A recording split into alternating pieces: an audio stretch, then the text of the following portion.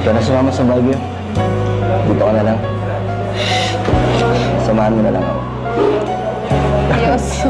Seryoso ka ba? Oo. Ano kasi, nalulungkot ako. Lungkot na lahat sila alis dito sa diet. Tapos, ako lang nandito. Kaya, samahan mo ako. Pwede naman. Kung gusto mo. Talaga? Di ba paiwan ka talaga? Hindi, Joy, joke lang. Ayokong, maging hadlang sa happiness mo. Gusto ko mag-enjoy ka. Kasi minsan lang naman ang travel sa Baguio. Once a year lang. Kaya, enjoy mo. Ayokong, maging hadlang sa kasiyahan mo. Gusto ko ako yung maging kasiyahan mo. Okay lang din naman.